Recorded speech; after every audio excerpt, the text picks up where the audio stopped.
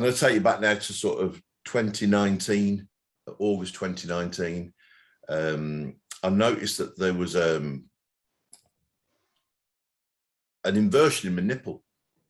And like most men, at first you think, oh, there's nothing to worry about. I will rewind 4 years before that. I'd been to the doctors regarding some funny looking nipples. I'd been to the hospital and they said it was a thing called gynecomastia. So I assumed at the time when this nipple inverted that it was the same thing. So I thought, well, I'll sort it out at some point. Eventually, my wife said, you need to go to the doctors about this, which I did. And I don't know about only other people's doctor, but in Oldham, they're quite rare. One, you get an appointment, but two, when you get there, you're allowed to talk about one thing. So when I went into the doctors for various other things, I kept putting it off. So this last time that I went in, I thought, I'm going to say it. I know I've already spoken about something else, but on the way out of the door, I just lifted my t-shirt up and said, what's this? And the doctor said, oh, sit down. Had a look at it and said, well, we're not going to scare you and get scared about this at the moment. We'll just send you to the breast clinic at Oldham and go through the process to eliminate anything that might be untoward. So 10 days later, I went to the Victoria unit in Oldham and I walked in and the doctor took one look when I took my shirt off and basically said, this isn't going to go well. So I sort of asked the question, is there a reason for that thought? And he said, well, men tend to only get the inversion part at a later stage. So he said, well, let's go through the process. We're going to give you a mammogram, then we're going to take an ultrasound scan if that's required, and then if need be, we'll take at the same time a small biopsy. So all those things were done, and in 15 minutes later, I literally went back into the doctor's. And he said, I'm sorry, it wasn't a cyst that we've taken the biopsy from, so we know that we are looking at something potentially dangerous. So I asked, quite bluntly, what was the likelihood that it would be cancer? And he said, in his estimation, at least 99.5% that he felt that it was a cancer, but we still had to wait for the biopsy. And then when it came back, I went to the hospital in Manchester to be told that it was an invasive ductal carcinoma. At the time, it was a grade 2. But then when I had the treatment which followed, it became a 3. So I had a mastectomy, and then a month later, I had to go back and have all the lymph glands taken out because the sentinel node had showed positive on the operation for the mastectomy. But when they took the others, they took 26 lymph nodes, but only one showed up as having cancer, which technically speaking is a lot better, but it still became a grade 3 because it was in the 1. Then followed up with chemotherapy, radiotherapy, which unfortunately I hit COVID right in the middle of all this.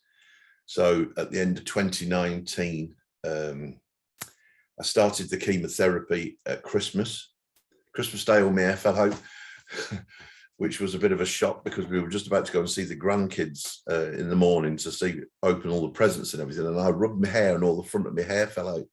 So I had to ring up a nephew of mine and say, come to the house immediately and shave my head off because I didn't want to scare the kids. But that's the type of thing that cancer can do, it affects you in all sorts of different ways. My first reaction was I don't want to scare the grandchildren.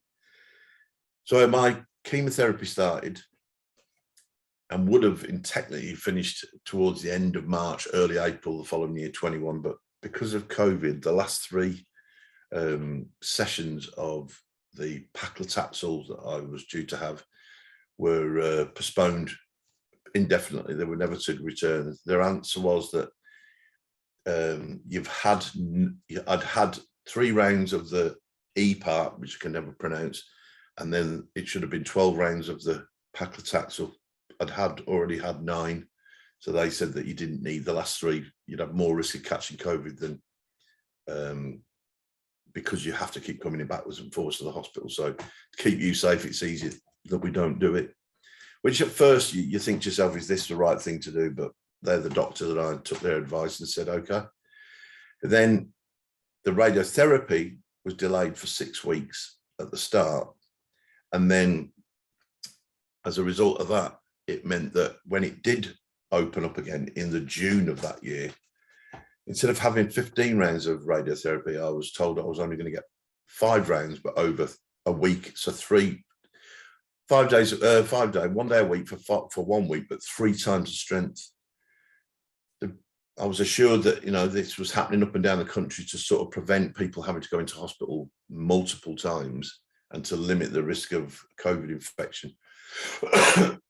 But sadly, that as a result of it, my symptoms of side effects as such are quite bad at the moment. So even a year and a half on, yeah. If I just go back to, sorry, Adrian, the slides, if I just go back and show you the actual first slide of the inversion, that's because I want you to see, as a man, from a man's point of view, obviously from ladies looking at your husband, your sons and things like this, this is the type of thing you are looking for. There is a total difference. If you can see the right side on the screen is quite predominantly out, and the other one is visibly inwards. And that happened within a space of a month. So it wasn't a lot longer than, you know, I'm sure it was no longer than 3 weeks that I left it, but it went that quick. So the next slide is the actual mastectomy. I mean, that was when it was first done, and it looked great then, but unfortunately, I'm going to sort of point, if you can imagine where the original nipple area was there in the middle, I got a thing called a seroma, which was a rather large lump in the middle of that, which gave me terrible infections, which went on for weeks and weeks. That postponed a little bit of the original chemotherapy process because I had cellulitis. But next year, there's a side flap on the side of it. They call it a dog ear. Mine's predominantly rather large on where the end of the scar is towards the outside of the chest wall, but they're going to repair that for me next year because they assume that only ladies have body image. I mean, mine was more a case of it does look terrible, mine. So that's the reason why I wanted it removed. So they're going to do that for me next year. So then, with all the treatments that were happening, one of the treatments, mine was estrogen based, the cause of my breast cancer. My mother had breast cancer. I'm still in the process of going through to check if I've got the BRCA1 or 2 gene, but it's still ongoing, that. But one of the things that they give you for that particular type of cancer is drugs to prevent the hormone from making the other one become infected. So I started off with one called letrozole. That nearly killed me. They changed that after a few months to tamoxifen, which I lasted 6 months on that one and could no longer take that because it gave me, and it's still given me, a thing called peripheral neuropathy in my hands and feet. So they switched me to another one called extemastane, which unfortunately agitated another condition that I'd already had. 6 months before the cancer was diagnosed, I was also diagnosed with an abdominal aortic aneurysm. And if we show the next slide, it will give you a quick idea what it is. So that's a normal one on the left-hand side, is a normal aorta. So the kidneys, if you can imagine the pipe going further up your aorta, goes to your heart, and that supplies all the blood supply to your lower organs, and then it divides just above your belly button, goes down, supplying the blood supply to your legs. The diagram on the right is this bulge, is where the actual aorta swells because of weakness, and over time it will get to a period where unfortunately a lot of them burst. If they burst, they say, I was told if I've got 9 minutes to get to hospital, which is unlikely, so you bleed to death basically. So extemastane unfortunately helped that grow much quicker than it should have done. And then what happened was I'd been for a CT scan because I was getting a lot of pain. They thought it might have been the cancer was coming back, but it was this thing that was grown beyond prediction. So in June of this year, if you show the next one, I had, if you show the next slide, that's it. I had that particular operation, I had the open surgery version of the repair, where they sew mine's an 8.5-inch graft put in over the, well, in the actual aorta to stop the bubble part. Touch wood, it'll last for the rest of my life. And but it was unfortunately, well, like I said, it was one of the tablets that to prevent one thing was causing something else to get worse. So the last slide on that bit is, Adrian, the last slide. That's my scar from that one. So if you look at the other side, you've got that normal nipple there, but this side is one scar, and everyone looks at it. My grandchildren, I tell them I've got bit by a shark, because it's a great story, really. It just helps people to sort of laugh about it. But they're scars that I show because, one, it reminds me I'm alive, and two, that I survived. Because one of the things with cancer is that it can give you an impending sense of doom, thinking that, you know, the world's going to come to an end.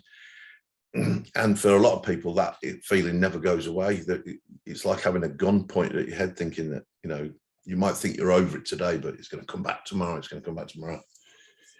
And I found by talking about it, it helped me to, one, overcome my own fears, but two, raise awareness in men. The breast cancer is very rare in men. It's under 400 a year. I think, depending on which charity you listen to, it's between 350, 380. Roughly 377, I think, is the actual last count for last year. But it's rare, but it doesn't mean it doesn't happen, and it doesn't mean that men don't and can't get breast cancer. You know, we have breast tissue like everybody else. We just don't have as much as ladies, but we can still develop breast cancer. And the sad part about it is, if you have family members that have had breast cancer, ladies, lady members, that sort of there's sometimes there can be a link that you can catch it as well. At the time of me getting cancer, my cousin in Ireland on my dad's side, she had breast cancer. Exactly, she was diagnosed 2 weeks after me. And our sister-in-law that lived here in Oldham with us, my wife's brother's wife, she was diagnosed with lung cancer when I was in hospital having the mastectomy at the same hospital at Greater Manchester. So sadly, she passed away December last year. So cancer's everywhere. It literally, the ramifications of it around it, ripple effect, can be disastrous. So the most important thing is to talk. The most important thing is to get men, talk to all the men folk in your life and say it's so important, just like ladies, every month to check your chest. I always say they've got just about got round to getting men to check their testicles once a month in the shower. So I always say, you've checked the best, now check your chest. That way you will always sort of remember. And if you do it on a payday, do it on your birthday, whatever it might be, on the day of your birthday. So if you're born on the 28th, I always check on the 28th.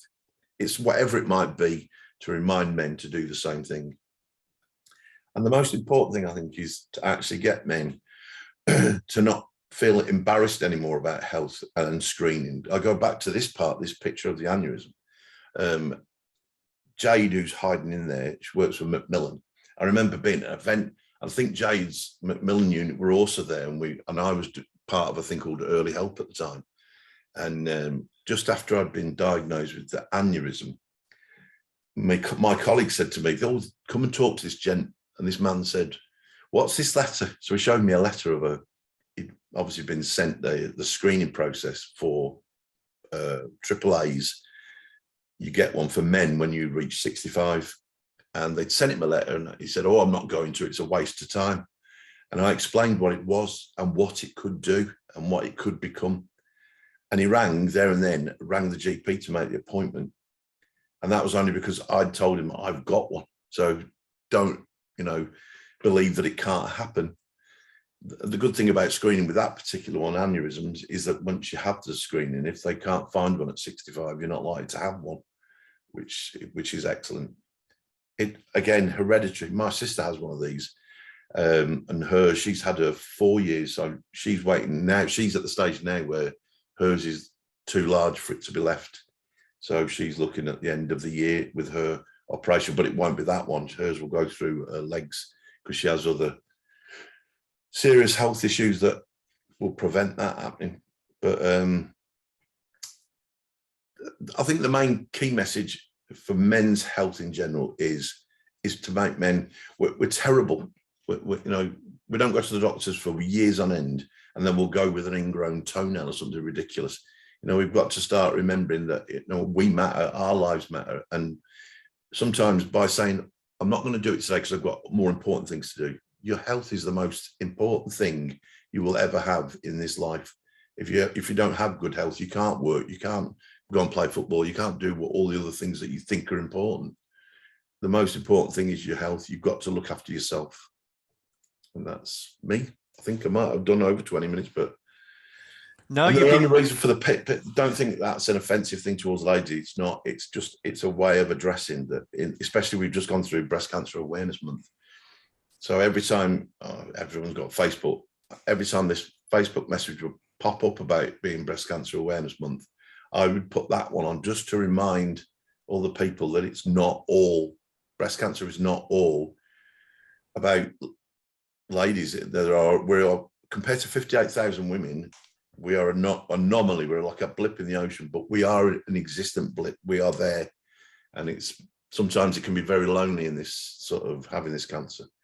I mentioned to Adrian earlier, at the start of it all, I lost male friends, just left like rats leaving a sinking ship, because they can't comprehend that it was a breast cancer. And then they start all the other silly things that men think come into the mind of, well, why have you got it that? Why women get that? Why have you got it? And so the ones that acted like that, they're no longer in my life, but there are some that literally crossed the road to avoid a conversation with me when they heard. So it's very scary. But it can be overcome. You can get through it. You've just got to keep plugging away and do whatever's right for you. That's the way I've done it. And this is right for me talking about it. But thanks for listening. David, thank you so much. You've been perfect for timing. So we do have some time for questions there. Can I kick off? And we were having a little chat kind of earlier, and one of the things that I asked about follows a bit about from your photograph there. What was it like being a bloke in services? So you've talked about the campaigns maybe not always being right for you. What was it like being in the services? At the beginning, it was very difficult, because like when I was actually told by the doctor at the hospital, after the biopsy report, when he was telling me that I'd got cancer, he didn't even look at me. He was talking to my wife, and the whole conversation was directed at her. So I, at the time, got a little bit tetchy and sort of demanded that he looked at me and not my wife, because it was me that was getting the diagnosis and not her. I sort of left the room to go to the toilet to calm down. And a Macmillan nurse said to me, the doctors talk to people next to you because they think that they're the ones that are going to retain the information and understand what's happening. I'd explained that I'd known from 2 weeks before that it was going to be a definite thing. Today was a formality to me. But it was the fact that he was directing it at my wife, I said, that upset me, thinking that, the only way you can get over cancer is to own the thing. Do you get me? And I think that, but because of what happened that time, that surgeon became a very close sort of confidant now. I see him quite often, and he's changed the way he acts. He even said that he will now deal with men at the stage of diagnosis in a totally different way than he ever did before, because we're all different. Do you get me? So it's telling the person that they've got cancer, not necessarily the person. I know that sometimes it helps having somebody there to retain more if you're likely to, but to me, I'd prepared myself for the worst anyway. And then you've got other sort of lines of the things where you could be sat in a room and like I go back, everything's pink around you. So thankfully they stopped doing it. But at one point, Oldham used to give you a pink dressing gown to go into the mammogram bit, but they don't now. They just leave your t-shirt on, you can walk in. One of the things that did upset me a little bit at Greater Manchester, no, not Greater, what sort of, North Manchester, was that at one point the waiting room was rammed with people, and they put me in a little room which looked like a store cupboard. And this nurse, bless her, said, "Oh, you'll feel more comfortable in here." And to a degree, at first I thought, "Oh, that's kind of her," and then partly then thought, "No, it's not actually kind of it. It's alienating me, and I already feel alienated," so that didn't help. And then I tried to look for support online, and that sort of didn't go down very well. I couldn't find a lot of groups at the beginning. There was an issue at the very start. Sort of some groups would say, "We're a closed ladies group. We don't really want people coming in because we show scars." And I understood all that. And then I did a press story that blew that out of proportion and made me look as though I was some sort of moaning old man that women were ignoring, but it wasn't anything to do with that. But some other group in Staffordshire asked me to join their group called the Pink Sisters. And nearly 2 years on now, they're now called the Pink Sisters and Misters. And in August this year, they had a fundraising day in Stoke-on-Trent all day. And in the evening, they did a full Monty show where I went down and did a version of a similar thing. But because I just had the AAA, I couldn't do the dance with them. But I joined in and did a talk from about 400 people in this field. But it was great. But it was, and they made me feel very welcome. And I wanted to give some of it back to them as well. So. Brilliant. Thank you very much. I don't know if you can see them or not, but lots of really kind of positive comments, people kind of thanking you. And in the chat box, we'll share, if you haven't kind of seen those, we'll kind of share those as well. If anybody kind of, does have any kind of questions, David, I don't know if you can hang around for a little bit. Yeah, after 12 o'clock. Brilliant. I can stay throughout the whole day. Yeah. Good stuff. So more informal. So a bit of a chat kind of after this as well. So if you've got questions, either put them in and we can ask them, or hang around yourself kind of later. For me, the kind of, lots of standouts there in terms of kind of, how you've kind of got on with your journey at a really, really tough time. A big takeaway for me is something about how we need to understand kind of people's needs, and in this instance, kind of what the different needs of men might be, and then act on them. So that was kind of a big takeaway. Seeing your GP with symptoms. So if you have symptoms, if something's not right for you, see your GP. That's a takeaway. Go for your screens, another takeaway. And then probably the biggest one of all, and goodness, thank you for coming today to do it. Talk about it as well, because that kind of makes such a big difference. So David, thank you very much. What a really good way to start off our day today. Donna, you're up next. Let's kind of almost follow that. Are you there, Donna? I'm trying to talk to you whilst I was on mute. Ah, right, I brilliant. am here. Brilliant. Nice to have you there, Donna. So Donna is one of our, works with us on Answer Cancer, one of our Answer Cancer colleagues, but also with BHA, where she's Director of Policy Engagement, but also working with Prostate Cancer UK, which is why Donna's with us today. So over to you, Donna. Okay, thanks very much, Adrian. So yes, as Adrian says, I am a director at BHA for Equality, and I just wanted to tell you a little bit about the organisation, because it's in some ways as a result of the organisation that I actually got involved in work around prostate cancer. So our organisation, BHA for Equality, it's a health equality charity. It's based in Old Trafford, and we deliver health education, health promotion programmes, primarily on conditions that impact on Black, Asian and other minority groups. So, and we're probably one of the oldest Black-led charities in Manchester. We've been around now for about 31 years, actually, 31 years this year.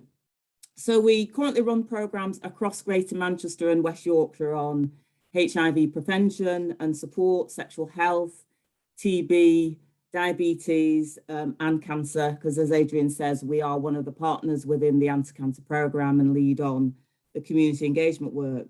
But we've also run other programs on topics such as sickle cell, thalassemia, coronary heart disease, hepatitis, lung cancer, and these are all conditions that are prevalent within Black and other minority groups.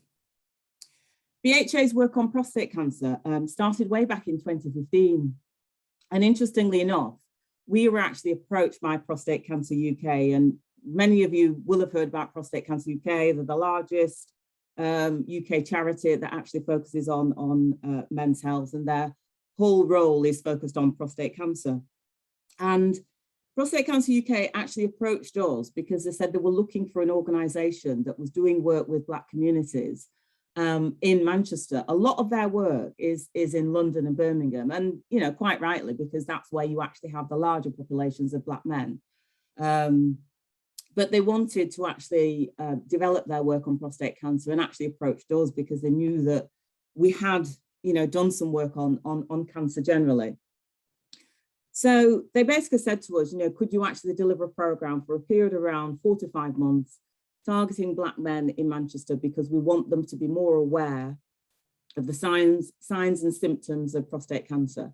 At that time, I think that they just started to develop a program called Stronger Knowing More.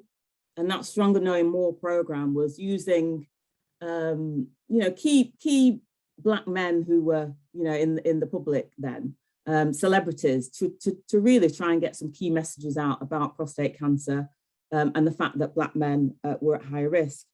So through that program, everywhere we could talk to Black men, we did. We went to churches, we went to pubs, we went to shopping centres, gyms, barbers, trying to get those key messages out there so that, those men would be aware, they'd be aware that there was a test that they can take, and also, that Black men are at higher risk of prostate cancer. And at the end of the program was really successful. And I think one of the things that actually sticks in my head, I remember that we went to a Seventh-day Adventist church, and there was about 100 people actually at the church. And the following Monday, I actually got a couple of calls from individuals who'd, been at that church. And they were saying to me, as a result of that session, I've been to my GP because, identified with some of the signs and symptoms that you talked about at the session. And I just thought I actually needed to get them checked. They also phoned me back to say, 2 of them said, no problem, there aren't any issues. One of them actually said that as a result of actually having a test, he'd actually been identified with early stage prostate cancer. So it kind of shows that, you need to keep getting those messages out to individuals. There are still many men who, aren't even aware of prostate cancer, even though, we've seen the increase in publicity around the condition, the various programs, for example, that have actually been on TV. Now, we had hoped that we'd actually get an extension of funding for the project, but unfortunately, one of the major sponsors from Prostate Cancer UK actually pulled out. So they made a decision that they weren't in a position to be able to continue to fund any community or voluntary organisations. They preferred to, put, for example, their funding into research and other activities, which, I can understand in the circumstances. Now, prior to starting the programme, obviously Prostate Cancer UK trained me and other members of staff at BHA to be able to go out and deliver those information sessions. So I thought to myself, okay, how do I actually continue this program? Because it's been successful so far, and I want to keep up the momentum. And as a result of having that training, I had signed up as a volunteer with Prostate Cancer UK. So they had my name on the database. If there are any opportunities, or well, not opportunities, requests that came up, that an organisation wanted a speaker, they would phone me. If it was in Greater Manchester, I was quite happy to actually go out and do it. So I continued doing that as a volunteer, but I was also keen to keep up the momentum and also to try and find other individuals who could, support what I was doing, because I knew that there were a lot of individuals out there. So in view of the fact that I was working in a health equality charity, I basically decided that I will use my position in the organization and set up a prostate cancer champions program. So basically the skills that I had been given through training from Prostate Cancer UK, I would actually share that knowledge through a training program with other individuals. Now, BHA works with a lot of voluntary and community organizations. And remember, all of this was actually done totally voluntarily. So I just decided, okay, who do I know? So I just sent emails out to different organizations, and I basically said, I've got this idea. I've been doing work around prostate cancer for a number of years now. And I think there's still a need to actually promote it. And I'm looking for individuals to be involved in a training program. I'll actually deliver it, and so that those individuals have an understanding as to what prostate cancer is. And if they are keen to then share those key messages with their friends, their family, people in the workplace, people in their own organization, I'm happy to support them in that. Now, I didn't really know what kind of response I'd actually get. And I got 25 individuals who contacted me, who basically said, we're up for this, we're really interested. So I delivered the training, and those individuals had a pack with a standard presentation that they could actually deliver. The resources, we could get resources from Prostate Cancer UK, and effectively they also became volunteers from Prostate Cancer UK, and had the support, additional support from Prostate Cancer UK as well. So prostate cancer it's the most common cancer in men in the UK, and it's estimated that 110 men are diagnosed with prostate cancer every day, which actually works out at as one man every 15 minutes. So I've been allocated 15 minutes to this slot. If I stick to it, unfortunately, one man will have died during that time. And it's a condition that's actually treatable if it's caught at an early stage. 1 in 8 men will get prostate cancer, but when it comes to Black men, it's 1 in 4. So Black men are at double the risk. And I think that's one of the reasons why I also wanted to go down the route of targeting Black men as well and involving those champions. And the additional fact is that Black men tend to be diagnosed with prostate cancer at an earlier age, in their mid-40s, when the average age of white men is 65 to 69. So I mentioned that, there's a Stronger Knowing More campaign that's led by Prostate Cancer UK. So we also use those resources as well and try to tap into other champions in developing that work. And considering that, it'd all been done on a voluntary basis, I thought we actually achieved quite a lot. So for example, I'll just give you a few examples. Our champions were involved in the launch of the Greater Manchester Cancer Champions Programme, which was led by Greater Manchester Health and Social Care Partnership. And that programme is now part of Answer Cancer. And as a result of that work, we ended up, or some of the champions ended up being interviewed on national, regional, local TV and radio stations. We were invited by BBC Radio to participate in a live radio programme when the proton beam was actually being installed at Christie's. We've been invited to events that have been organised by Prostate Cancer UK in London and Birmingham and other areas. One of our volunteers actually won Volunteer of the Year at the Spirit of Manchester Award, and also Man of the Moment at Manchester Black Events Award as well. We've even had full page features of our work in The Guardian, and one of our champions was used as the face of the Stronger Knowing More campaign alongside David Hayes and Linford Christie. So considering that this work was entirely voluntary, I think we actually achieved a lot. And I think the most important thing for me was the positive results from that work. It's a simple fact, and David actually mentioned that we've actually got, more Black men talking about prostate cancer and actually being confident in going to their GPs and asking for the test, the PSA test. It's a blood test. And it's the fact that they feel confident, in making that decision themselves. As I mentioned earlier, we have actually had cases where, as a result of awareness sessions that we've done, individuals have opted to go to their GP, and there's been incidents of early diagnosis resulting in, you know, those men actually being able to choose from, you know, a wide option of treatment.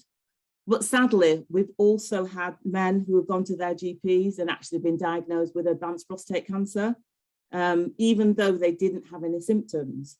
Prostate cancer is sometimes called the silent killer, as in a lot of cases, a man may have early stage prostate cancer, but they actually have no symptoms at all. So I think, you know, that's why it's so important for men to actually be aware of the level of their risk. And when I talk about the level of their risk, first of all, any man needs to know about their family history. A man is 2.5 times more likely to get prostate cancer if their father or brother has actually had it. And this is one of the key things I actually always emphasize when I'm working with Black men, because, you know, sometimes you find that in some Black communities, there is this, it's almost as if they have to keep the fact that, you know, they've had a cancer diagnosis a secret. They don't want individuals to know, but knowing your family history is really, really important. Equally, a man is at higher risk if their mother or sister has had breast cancer, particularly if they've been diagnosed under 60. I mentioned earlier, another risk, Black men are at double the risk. We don't know why, but research is actually taking place on this at the moment. Prostate cancer, age is a risk factor as well, because prostate cancer mainly affects men over the age of 50. And, you know, as you've heard before, in relation to other cancers, being overweight is also a risk factor. So those are the key things that, you know, men need to be aware of. I think it was around 2 weeks ago, I was watching the news, and there was an actor who's called James Michael Tyler. And I don't know if any of you used to watch Friends, the American comedy, but he actually played the waiter in that comedy. And on the news, he was talking about, on the news, they were announcing that he died.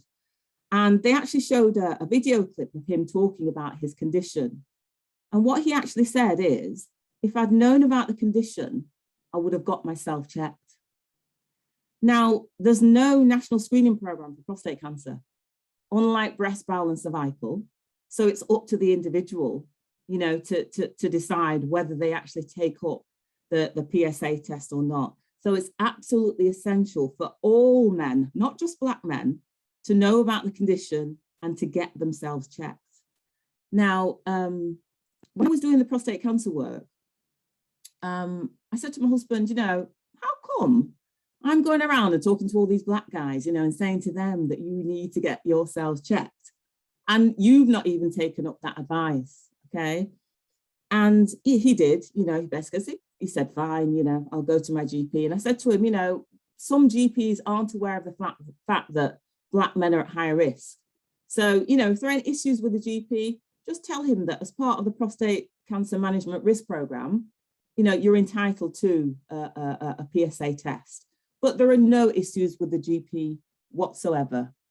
2 weeks later, he had a call from the GP basically saying that they needed to refer him to the hospital for further checks. And he was diagnosed with early stage prostate cancer. And that was way back in 2016. So I suppose in many ways, I can actually say that the work that I have done, both at BHA and as a volunteer at Prostate Cancer UK, saved my husband's life, because I wouldn't have known anything about prostate cancer, even though, you know, you kind of hear things about it on the news. I wouldn't have known sufficient to be able to say to him, you know, you need to go and get yourself checked. So we will be reviving our prostate cancer program. We can offer training for individuals who want to be able to, you know, deliver a standard presentation. We're willing to attend any events that you may organise. And equally, we also work with other organisations who provide support to individuals who've been diagnosed with prostate cancer, so we can create those links as well. And at that point, I'll take any questions. Brilliant. Thank you very much, Donna. We do have time for questions. If anybody has some for Donna, if you want to or would rather put them in the chat box, Please go ahead. Zainab's just posted a link to Prostate Cancer UK in the chat box as well, and we'll send that link out afterwards. Adrian, can I just make a comment? I think just in, my father-in-law sadly passed away from prostate cancer, and he saw there was blood in the urine and he ignored it for over a year. And I think, Don, I think that's completely exactly it. I think if people, men, particularly as David said earlier, it's about men not wanting to acknowledge their own bodies and what's going on with their bodies. There's part of that. There's also kind of a sense of not wanting to share and burden their family members with it. And that's also a big part of that, I think, not wanting to declare that they're vulnerable and they're weak. And I think that's a big element of that conversation about not wanting to share and not wanting to expose that vulnerability, if you like. And I think that's a big part of men's health, is that. And also the other factor is that the accessibility to GPs and that constant theme that actually is work comes first, and prioritizing that is not at the top of the list really. And as David said about actually your life revolves around being healthy and well. So I applaud you, David, for taking part this morning, and for Donna for sharing that there's very personal experiences, and hope everybody looks after their own selves, health, their loved ones' health. I think that's fundamental to everyone's well-being. I think the only thing I would add to that, Kirit, is that, you know, in the vast majority of cases, there are no symptoms of prostate cancer. So I think that's why it's so important that, you know, a man needs to make that decision to go and have that conversation with his GP about having, you know, the PSA test, prostate-specific antigen. It's a blood test. I know, and lots of Black men, when you raise the topic of prostate cancer, they've heard about the internal examination that you have, but they haven't heard of the stage before that, which is a blood test. And you know, that's one of the key things that we, you know, I always try and get across to them. It's that blood test that will actually show, you know, if there's an increased level of proteins in the blood that indicates that there may be some kind of prostate problem. It doesn't necessarily mean it's prostate cancer, you know. And as men get older anyway, the proteins in their blood, you know, naturally increase, but it's actually just getting it checked.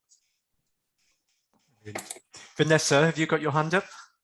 Yeah, I put my hand up because I've been listening, and one of the things that I've sort of noticed speaking to various different champions and organisations, in particular that work with sort of a male audience, is that there's, you know, it's about also challenging toxic masculinity, and a lot of men feel that, you know, we shouldn't show a weakness. We are, you know, sort of have that mentality, you know, we're not allowed to show that, you know, we're infallible. And, you know, and I think that's the kind of conversation that we have to also bear in mind, is that as men are, for a long time, generationally, have been told that men don't get sick, we don't show weakness.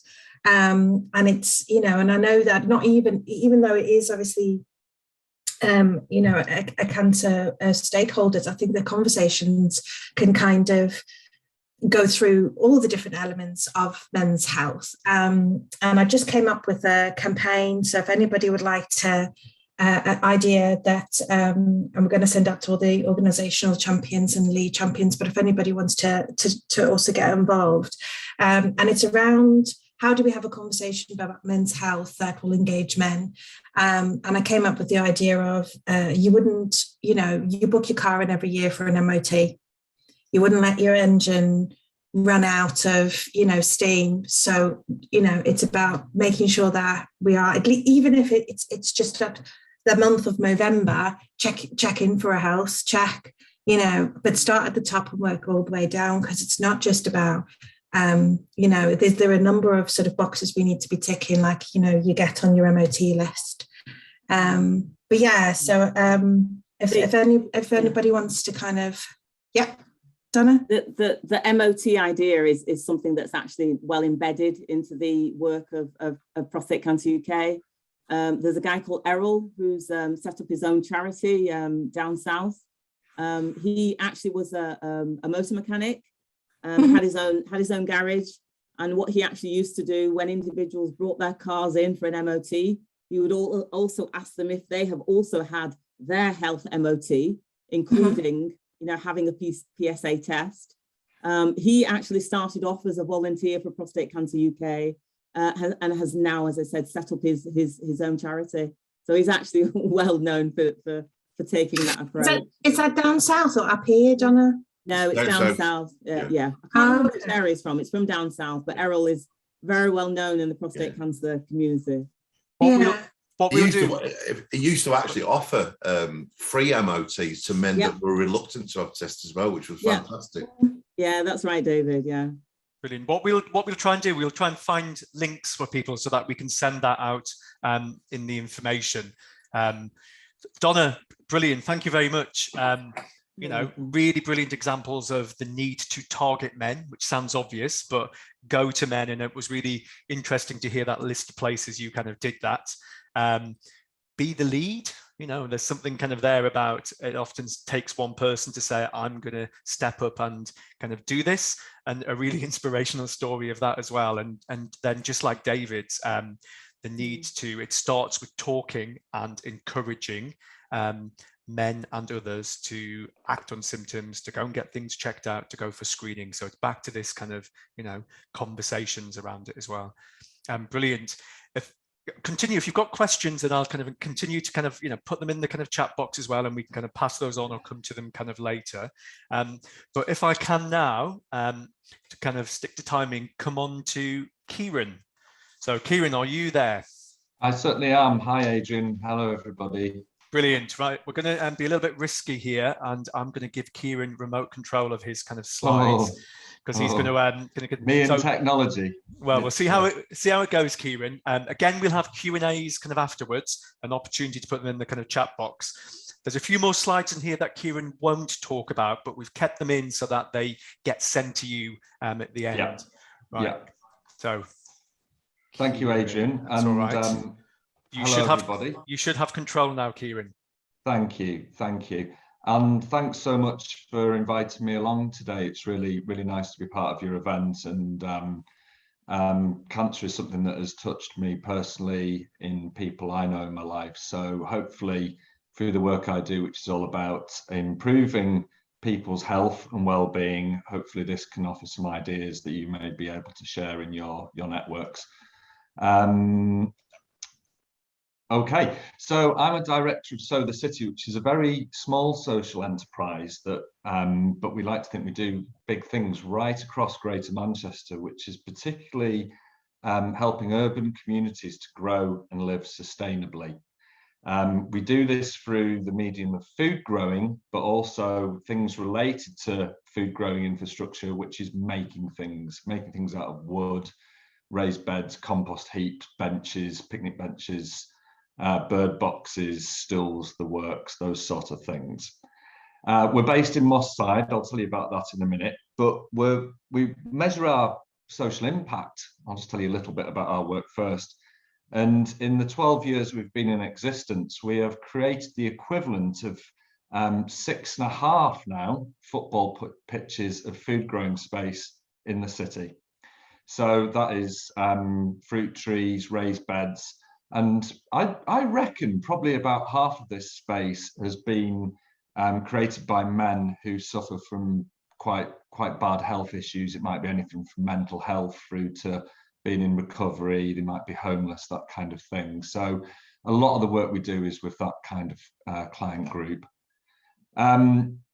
We love it because, you know, food growing and the environment is so good across the triple bottom line of sustainability, whether it's about health, and we'll talk about that today, and boosting people's health, be it diet, exercise, just being outside, getting some vitamin D, be it about boosting biodiversity, aiding with things like climate change, and even like generating economic things. We find food growing is obviously great at saving money, tackling things like food poverty, but it's also really good, and I think important for today and what we're talking about in terms of giving a structure to people and building broken people back up, structure to the day, tending to a plant, a role, that kind of thing. I'll bypass that one for now. Just moving on then. So I'll let you read some of these stats if you like, and as Adrian said, he'll send them round. But I think all the research between why being outside is good for your health, it's vast, but generally it comes from something called the biophilia effect. Yeah, so that is basically, if you equate it basically asks the question, why does looking at greenery even, or being surrounded by green, getting your hands dirty, why does that make us feel good and less stressed? And yeah, the biophilia effect is, if you equate human existence, which is around 200,000 years in our current form, if you equate that to 1 week, if you're following me, for 6.5 days of that 1 week, we were reliant on forests for our food, warmth, shelter, clothing, things like that. So so as soon as we see it, we react positively to it, and our cortisol reduces, we feel calmer. Our DNA is to be surrounded by greenery, not bricks. And I think in terms of men's health, maybe there's something in that. It's the whole man make fire to keep woman warm kind of thing. You know, it's the work we do, we find guys really take to it. And just touching on something that David talked about before, about the impending sense of doom when you live it, when you're dealing with something so stressful, and like the health issue he outlined, a lot of the people we work with are also experiencing impending senses of doom. They might be living on the street, that kind of thing. So if we can get them involved in growing food and creating that space, we like to think we can give them a break from that and take their mind off things. Some more stats there, but I mentioned one before about the third one down there, about food growing projects help people gain social skills, routine, structure, feelings of value and purpose, particularly important for a lot of guys that might be suffering. We've also just been, we're currently doing an NHS England pilot project, which is called Nature for Health. So this is all about social prescription. So people with varying health issues can be prescribed from their GP, or you and I. So you can refer a friend, or they can even refer themselves to fantastic community garden sites that we have across the city. There's loads of them, but they're just not very well known, a lot of them. But we think they're as important as a GP, a post office, a library, that kind of thing to a community. The places of lots of health and well-being opportunity, and they're very welcoming. So Adrian asked me to talk about engaging men today. And so I've talked a little bit about the food growing. I'll touch back on that in a minute. But our base is in Moss Side, and it's called the Boiler House. And it was a redundant building when we took it over. It was in a bit of a mess, as you can see here. We were originally just going to store our wheelbarrows in it, but then thought, it's maybe a little bit bigger than we need just for a wheelbarrow and a spade. So maybe we could set about doing something else here. So we've put a call out, and we got lots of people involved. And the thing that sort of like acted as the catalyst, like when we'd first got in the building and we hadn't even signed lease agreements or anything, but we formed a men's shed. And we got a little bit of funding, like £2,000 or something like that, maybe £2,500. And we just bought loads of tools, but got some guys locally from the local area involved in creating their own men's shed. And that's, I think, one of the messages that I've got for today, be it food growing or this kind of DIY sort of building stuff, is get people involved in designing their own project and get them involved in creating it. Because we didn't just put it on a plate for them and try and get them there. They actually built this. They had the reward of creating their own forum for health, if you like. The Boiler House itself, and another thing is, you know, we're not a clinical setting. We're a friendly community work shop space that is very, you know, it offers somewhere for guys to escape whatever chaos they're going through, whatever stress they're going through. We're always there. We were there all through the pandemic, because a men's shed group is termed a vulnerable support group. And as you maybe saw in the images before, we've got lots of outdoor space, and we've got big shutters on the side of the building, so we could act as safely as possible and keep stuff going. And despite it being a very cold building in places, as Adrian will testify, people kept coming every week. It was their little oasis. let's move past those ones. Yeah, so you can see there we run lots of stuff at the boiler house, the men's shed being one of them. But today, actually, as an expansion of the men's shed and to keep them engaged, not that we really had to, because as I say, they kept coming back and working on their own little projects, but we've actually formed a relationship with the Whitworth Art Gallery. So they're making stools out of, it's like green woodworking, if you like, out of hazelnuts, tree trunks and stuff, and they're creating little stools and bird boxes and things to sell in the Whitworth Art Gallery shop, which is really keeping them engaged, because it's sort of that, you know, some of these guys are really suffering and they've got some big health issues. Some of them are homeless. So to actually be, you know, creating stock for, you know, the Museum of the Year 2015 around the corner is really empowering them. We don't put stress on people. There's no finger wagging. It's if someone wants to come along, just have a brew, or just hang out there, have a chat with people, that is more than fine. There's no pressure, there's no stress. And there's a few of the flyers there, you can see. As I mentioned, one of the guys came from, you know, he was homeless. He's gone from being homeless, connecting with us. He's helped build the boiler house, like all the construction works, and now he's actually helping to run sessions as well. So that's sort of lived experience thing. So a fantastic case study there. And we also get a lot of sort of like younger disenfranchised guys from sort of like Manchester Young Lives, for example, coming down, making benches, making picnic benches for their youth centre. Some of them have even made a shed, you know, that we're having the head of Manchester Work and Skills coming to visit that next week round the corner, that they, you know, they've just been getting involved, immersed in woodworking, getting a stereo on, getting some music going, having a tutor that's friendly, bubbly, and away from that sort of like more, what's the word, clinical setting or mainstream setting, somewhere they can just, you know, we find it with food growing and looked after children and young people like this, it just gives them that outside of the classroom sort of stuff. Bypass that one.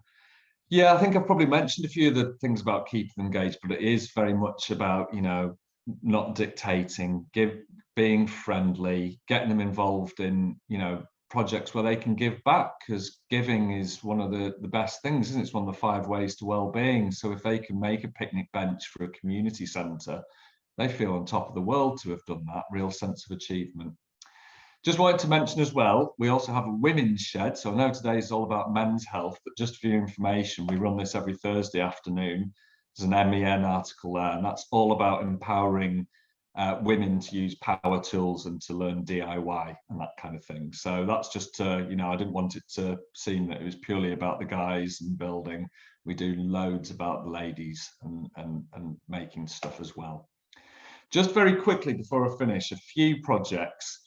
And this one here is all about people in recovery from drug and alcohol addictions. And what we have found is that this group, once you get them involved, which can be tricky getting them there the first week, but they keep coming back. And there's something about when people suffering from those sort of issues have taken part in sort of like a green therapy, if you like, sort of course, that their chances of relapse reduced by 30%, which is massive, isn't it? You know, like how stunning is that? So these projects that we're currently running in Salford, and we did one in Trafford, was all about getting this group together to build their own space, their food grown space, and then do workshops in them. This is a case study I can send around as well. Met all guys, and this is from a mental health unit at a hospital. So we got them to build their own allotment at that unit, which was pretty tricky with the high fences and the airlock doors, getting nasty tools in and lots of compost and timber. But out of 20 guys at that unit, 16 took part, whereas normally 3 or 4 would take part. One guy hadn't been outside for longer than 20 minutes in 6 years. He was with us for 6 hours building raised beds and moving compost around, helped him sleep at night, gave him a purpose and a role. That group, we empowered them to go on and almost form, in inverted commas, their own business. where they're called hospital beds. I know it's a terrible pun, but they would go and build gardens at other hospital units. So almost patients building gardens for other patients and other health settings. So that was a real good one for empowering men. I'll just whiz through some of these projects. Green Health Walk, again up at Prestwich Hospital. We had guys from community mental health teams coming and creating that Green Health Walk at the hospital, planting trees, digging ponds, building planters, managing the space, that kind of thing, which now is a resource for staff, patients, their families when visiting people in hospital. It's also at the COP26, part of Greening Up the NHS exhibition conference this week is this project. So we're really proud of that, that we might have Joe Biden or at least Andy Burnham taking a look at it. I'm just about getting there. I will, the final thing I wanted to say actually was just probably, it goes through all our work, but it was about strengths-based, assets-based approaches as well. And a lot of our work involves like door knocking in communities where we send teams out there to stimulate interest in growing food. And we got one guy involved once, and he was, you know, he was unemployed and he was drinking a bit too much, maybe. He was just, didn't really have a purpose. But he told us that he liked using a drill, and he you know, he had a booming laugh. He was very personal and he was from this area. So we got him in, you know, we got him involved in going out and banging on doors. We even dressed him as a carrot, which sounds ridiculous, but it tied in with his humor. He was inspiring households to have a go, and then those that were interested, he'd go and then help them build a raised bed at their house. And it was just amazing just to sort of like play on his skills, which were about building, which is about an infectious laugh, personal strength, local accent, all those things, to get him involved in some of our work. And that was really, really rewarding. So thank you for listening. I hope that's touched on some of the things we were wanting to get out of today. And if you've any questions, please fire away, or I'll stay at 12 o'clock. Brilliant. Thank you very much, Kieran. Again, if anyone has any questions, please put your hand up or just shout out or put them in the chat box. A couple of things that I just jotted down there. Kind of one of the reasons we were kind of keen to get Kieran to share his experience of engaging and working with men is because they do it very differently. So it's not just about a stall, or it's not just about a talk. You know, they're kind of really important, but they're engaging men in quite kind of creative and sometimes quite small but quite practical ways as well. So that was kind of one thing. Involving men in the planning, so kind of creating a space for ownership by men was really important. And then the other one, this is my question for you, Kieran. So we often kind of think that men respond to task-based activities. Is that true or false in your experience? Or task-based, yeah, I would say that's very much true, actually. Yeah, but I found it particularly with working, which is most of our work, with people from the homeless community or suffering from mental health and with addictions. They've lost all that sort of structure and role to a day, and almost in a friendly and creative way, if you can bring that back, i.e. once you've planted that plant, you know, if it's a dry day, you're gonna have to do that daily, or you're gonna have, you know, there's like a progression of things to look after that plant, or, you know, to build something on sort of time, if it's like a raised bed for a school or something in the classroom. Very much they rise to the challenge, and yeah, I would totally agree with that. Brilliant. Thank you very much. Thanks, Kieran. Lots of really positive comments, inspiring. So that's we'll share those with you, Kieran, if you kind of don't see those later. Thank you very much. You're welcome. Thank you for listening. No, great. So have I got remote control back? Brilliant. It's always relieving. Right, so we've kind of heard from three really inspiring and very different kind of speakers and different examples of their work. What we'd like to do now is to go into breakout space. So we're going to do this whereby you all get split into different rooms, and that's been pre-allocated. There will be somebody from Answer Cancer in your rooms to kind of help with. And what we'd like to do is really to use this to think about making some very specific plans for how we might target or involve men. So we've suggested 2 kind of focuses for that. And they're both next year, so they're both early next year. So it will give us some time to think, to plan, and to be quite specific about them. One of them is World Cancer Day, one of them is Bowel Cancer Awareness Month. So I'm going to suggest that we kind of talk about those 3 questions, and I'm going to put those questions in the breakout rooms. We're going to come back in around about 20 minutes. So stay in your rooms for 20 minutes and then come back, and we'll have a little bit of time just for some tiny feedback from each of those. So hopefully it makes sense. This is also a time that when, if you need to nip to have a comfort break, now's the time to have kind of a comfort break as well.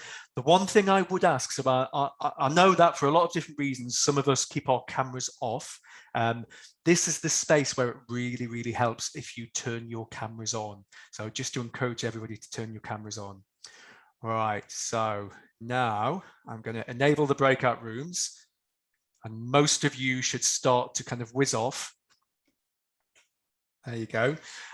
So I think we had 7 rooms in total. So if you can remember, if you were room 1, 2, 3, etc., that would be really helpful. And we'll start off with room 1. So we've got 10 minutes. We've got 10 minutes to do some feedback and share some ideas. Room 1, if you just want to say hello, who you're nominated first. That was us. I can't remember if it was room 1, but I was at the top, so I assume it was me. I was with Hinka and Nicole. I think it's Nicole. Yes, and yeah, it was a good discussion. And I think the key message that we got and the inspiration that they've had from the speakers we've had today is to share those personal stories to get the message across and to raise that awareness. And something else that I like to, that Hinka mentioned, is by the staff and the knowledge that we have, we are working to promote the client's health, but that also works both ways, because by helping them promote, well, promoting the client's health, we're also thinking about the staff's health, maybe your family's health, etc. And it works both ways. So Donna gave a good example with her husband in terms of the work that she's doing. It made her think about her family home and her family unit, and that trickles down and it spreads to looking after yourself and your family. But those are the 2 key points that that stood out to me from our room. Brilliant. Thanks, Zainab, and thanks to your room as well. And we've got those notes and we'll keep those notes. Who can remember if they were group 2? Donna, shall we make you group 2? I can see you on my screen. I had no idea which group I was in. Sorry. Okay, so in my group we had Kieran, Ruxana, Pauline, and obviously myself. We didn't go through all of the 3 questions, but I'll go through the key points that came out of our discussion. So the idea was raised as to how can we actually incentivize people to take up screening, do something that's a little bit different, you know, go for your bowel screening, you'll get a free haircut, for example.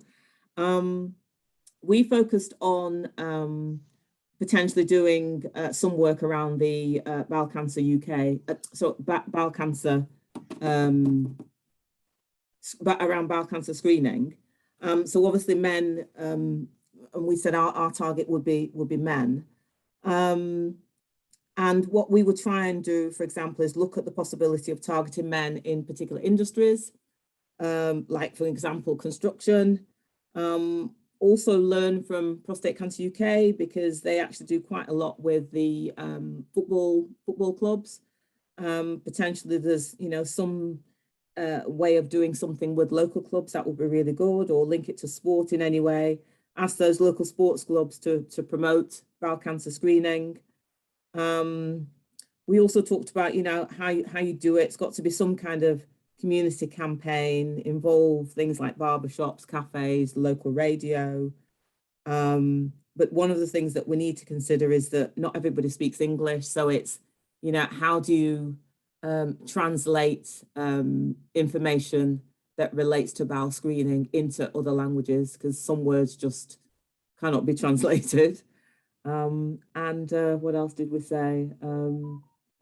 It's useful to use someone with lived experience in whatever work we take forward. Brilliant. Really, really good suggestions, really useful suggestions there. Thank you very much, Donna. Group 3, I'm going to make Khaled. I'm going to say you were group 3. I mean, one of the things we spoke about was how to reach the target audience with there being barriers, and one of the ways to reach them is to actually go to where they are going. So we spoke about the barbershop as well, and you know, the barber talk, you know, when you're in there for the 20 odd minutes that you're there for. We spoke about gyms, we spoke about cafes, dentists, stuff like that. And even if you don't reach everyone, there's still the word of mouth from, so, you know, some of the people that did attend. So that was some of the things. Some of the clubs, you know, like SAG clubs as well. So pretty much reaching out to where the people are. And we were also having a discussion about how to reach people online, but then we came back into the room. So unfortunately, Sahil got cut off there. Oh, sorry, I didn't mention that it was Sahil, Jennifer, and Hannah in our group. But yeah, we were talking about how to reach people online, and you know, getting people trained to talk about awareness raising and being aware of signs and symptoms, but also risk factors as well. So that's what we were speaking about. Brilliant. Thank you very much. Thanks, Khaled and group. Vanessa, I think I'm going to say you were group 4. My mouse got stuck. Now I was room 6. But I'll rename myself as room 4. So we had a really good chat, actually. And we had David in our room as well, which was a good help, because I kind of threw a few things at him and he took them very well and gave me some good feedback. So we didn't really sort of go through the 3 questions. We more sort of talked about ideas that how we could engage men and having conversations, and also acknowledging that, you know, there are so many different types of men as well. And we have to remember that what we're sort of aiming to achieve may not necessarily fit all types of men, and we have to be a bit more sort of original in how we are creating ways to reach men. So some of the ideas that kind of came out was, you know, your normal engagement, so supermarkets. There was a suggestion of sort of having a health MOT sort of pop up in a supermarket, where while their partners are shopping, men can come along and have a bit of a health MOT. Again, pubs, mosques around sort of relevant times as well.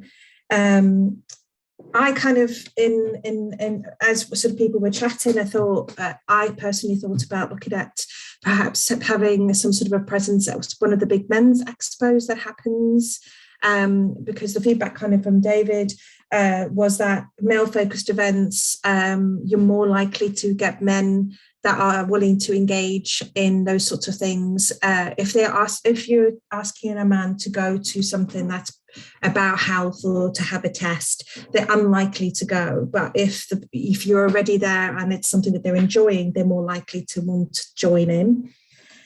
Again, the thought of posters and urinals. Yes, resources going out to the gyms. We talked about, and then a really good idea is perhaps sort of in doing sort of a male focused type event that we could bring our organizational champions along to, like a fight night or a male pub quiz or something like that. Or, you know, I'm just throwing ideas out. Is that, you know, we can have sort of ways for people like barbers and who have male focused jobs, you know, kind of give them just a few sort of quick tips on how to have conversations with those clients about the male health checks and things. I kind of thought, you know, could we do sort of topical sort of flashcards, or, you know, like you get sometimes a jar where it's got like strips of paper in that you can take one out and you have to have a chat about something. You could do that on a cancer-based, male-focused health. It doesn't even have to be cancer, it can be all of the male health. And then also the other thing is just one last point, Vanessa, sorry. Oh, okay. Sorry. It was actually my final point, Adrian. But is coming up with a card game that is focused around male health, but is, you know, a bit like Cards of Humanity type. So it's something quite funny, but again has that kind of tongue-in-cheek way of bringing up these conversations that men can kind of have with each other. So that's that. Brilliant. Some really nice practical suggestions there as well. Martin, I don't know which group we're up to, but you can be 7, 8 or 9. I think I was 5. Yeah. Anyway, I had Carolyn, Mark and Glyn in my group. We talked a bit about how to access men and how best to kind of approach them. I think the point that's already been made is that having that real life experience, there's no kind of substitute for that. You can have somebody who talks brilliantly about cancer, but if they haven't actually got that experience, you know, like we've had with Dave today, that just has such a huge impact on people, and kind of really brings it home the fact that, you know, this is an issue which can affect anyone. We talked about different ways of accessing men. Talked about using sport as a great way to get men in. So particularly Carolyn, who works for Brighton Albion in the community, she talks about having stadium tours as a way of getting men through the door, and then using that as a way to then have conversations about cancer at the end. Talked about walking football as another way to get men, but then also thinking about men who don't necessarily like sports. Obviously, quite a lot of men do like sport, but not every single man. So thinking about having kind of informal ways of getting men. So whether it's having a coffee, having a pint, whatever kind of works for that particular group of men. So that was pretty much where we got to. Brilliant. Thank you very much. Jotted loads down there as well. Johnny. Hello. Yes. So quite a lot of the stuff that we talked about has been covered, so I won't repeat things that other people have already said. We had Carol, Dave and Circle in our group, and so sports clubs was certainly something that we also talked about, and particularly those sports clubs where you might get, you know, disproportionate numbers of men that tend to go to those clubs and those sports, maybe pizza nights and things like that there. A focus on carers as well as people that are directly affected by cancer, I think is one thing that hasn't been touched on by others yet. And so considering all those men that are affected by cancer in all the ways that they might be affected as carers, as well as people that might have cancer themselves. Gardening, we heard a lot from what Way In have done. Circle was talking us through that. There's a lot of work that they've done. Potentially cycling, again, back on the sports club theme. Posters and leaflets at transport hubs and other places where men might especially be more prevalent. And then quite a focus on ways that we can encourage men to talk. You know, there's been a bit of a theme, I think, of quite a lot of what we've talked about. So certainly traditional support groups, but potentially thinking of other more creative ways that we might be able to facilitate men talking, especially now that it's become so common to be talking online like we are now, and looking at ways that we can make the most of that to facilitate conversations and get men talking about their health. Brilliant. Thanks, Johnny. Thanks to your group as well. Kirit, does that bring us to your group? Was the last group, I think, were the ones that were leftovers. I don't know if that's a very good way of describing our group. Thank you to the group that I was in, included Naomi and Nana, which are answer colleagues, as well as Victoria and Joanne, Louise, Sarah and Julie. I'm sorry, I've not missed anyone out. In our larger group, we just had, I don't think we had a conversation, but we just had a good overview of some of the themes. So some of the themes that were raised were similar to others. particularly around support groups for men, a bit like activity-based activity groups, which are very poorly served by the region, actually. So, trying to find those outlets where there are spaces available. We talked about employee engagement. One of our partners on that group were talking about employer engagement and how does it actually look like, and what that work potentially could be. It's a potential source of real support and contact, and having those conversations around signs and symptoms a lot earlier. We touched on, Sarah mentioned a very good example of a good practice whereby a piece of work was done and an evaluation done about the impact that piece of work had. I can't remember the details of it, but I think that would be a good, I think it was around data sharing and data gathering the information about what was working. And so the impact of that would be really valuable. I said Sarah to keep in touch about that for the group. Finally, there was a conversation around, well, there's two more things. One around digital offer, recognizing there's a group of men that we're not reaching out to, which are younger, more probably the challenging technologies now and about that reach, really. So working around that digital engagement. And finally, just looking beyond the GP practices, that was a big theme, that to ensure that it's much more global rather than just very focused on the GP primary practice, and looking at beyond that and looking at the differing way, the community pharmacies, the different conversations that people could have that might look beyond their normal kind of clients or service users. So that was a good ending point on. So thanks. I'm sorry if I missed anything out, guys. So apologies for that. Thank you. Absolutely brilliant. And in kind of what is the relatively short space of time of kind of 20, 25 minutes, loads and loads of kind of ideas there. We did want that to be as kind of, I suppose, as practical or as focused as possible. And I'll kind of show you why. So at this point at our session, we go into making plans, and that's probably more important now than it kind of has been in other sessions. So what we are going to do, this is kind of the technical part of it. We would like everybody, based on the discussion you've had, the ideas you've just heard, and you've heard a lot more ideas, to think of one thing. So to make a plan, to make it about men. So there are two ways you can kind of do this. We have a little planning form, and what we do is when you kind of fill it in, we remind you about that planning form in about a month's time.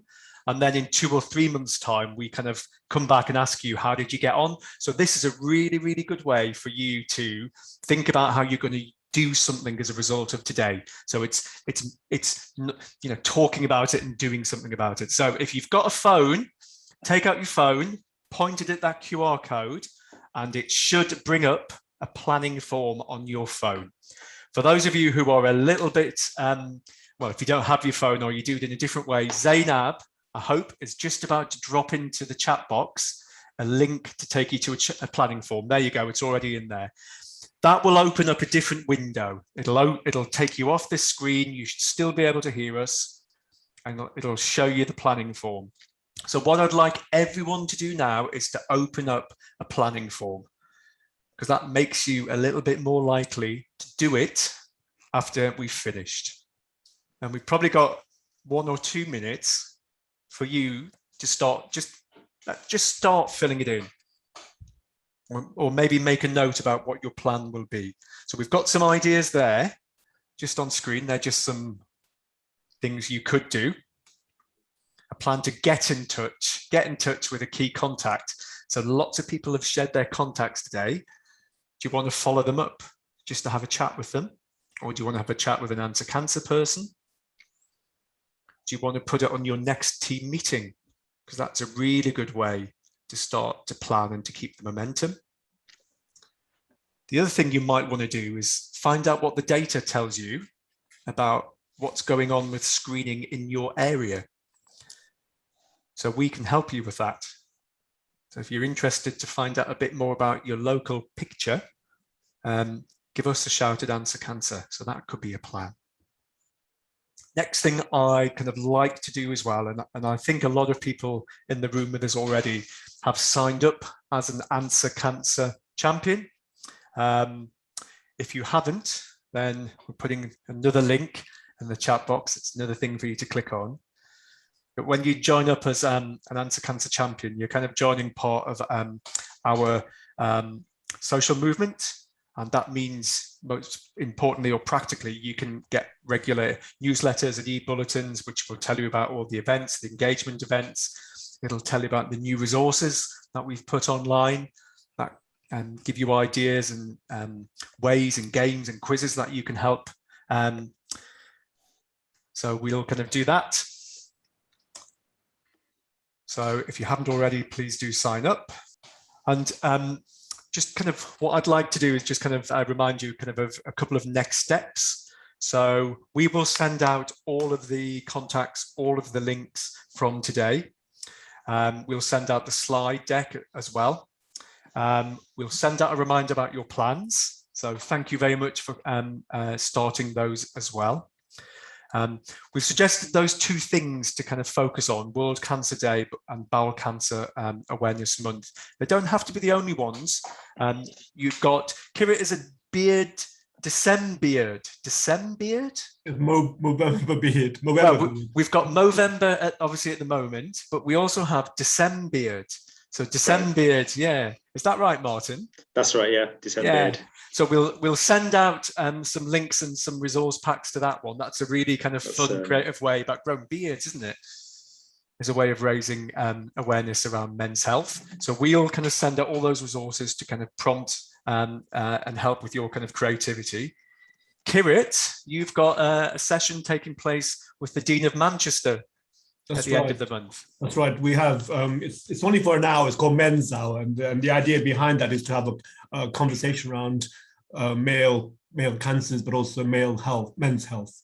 And it's just generally just to have a spot in the calendar whereby we can actually try to bring this conversation together and touch on all of the themes that we talked about today, really. Just kind of follow on from that. So that's mainly the conversational starting point. It's online, it's only for an hour. And I'm looking at my diary now. It's the very last day of November, which is 29th of November. 29th, yeah, that's it. 29th of November, between 2:30 and 3:30. There's links of that in our e-bulletins. If you sign up for that, we can share that e-bulletin again. And I've included the link in the slide. So when you get the slides after today, the link will be there for you to click on. So please kind of do join us for that one as well. That would be kind of fantastic. I'm simply going to leave you with 3 closing remarks. So there've been common themes throughout all of your discussions and from Kieran, Donna and David as well. So the first one is one around you've got to target men specifically. So some really good examples of understanding kind of what's specific, thinking about the different communities of men. Second thing that was a common theme for me across today was be creative as well. So lots of really nice examples of doing it differently and thinking about engaging men in different ways. We don't have to kind of always do it kind of head on. We can do it, as somebody said, walking side by side. So I think some of the creativity today was really important. And then the kind of third and probably most important one, got to talk about it. And I think it was it Pauline who made that comment in the chat box earlier? We all have a role to play. So kind of obviously men to men, kind of women to men as well. If we can kind of start those conversations and get people, thinking about their screen or thinking about early detection of cancer, that's kind of really, really important. I'm going to stop sharing the screen so we can all see each other again. There you go. Thank you all very much. Thank you all for some fantastic contributions. So we are going to stay now. So we will take a 5-minute break and then we'll come together for those of you who are left to just have a Q&A session or just a chat session. So usually takes about 15 minutes. People can kind of share some news, ask some questions. You're welcome to stay or welcome to go. Thank you very much.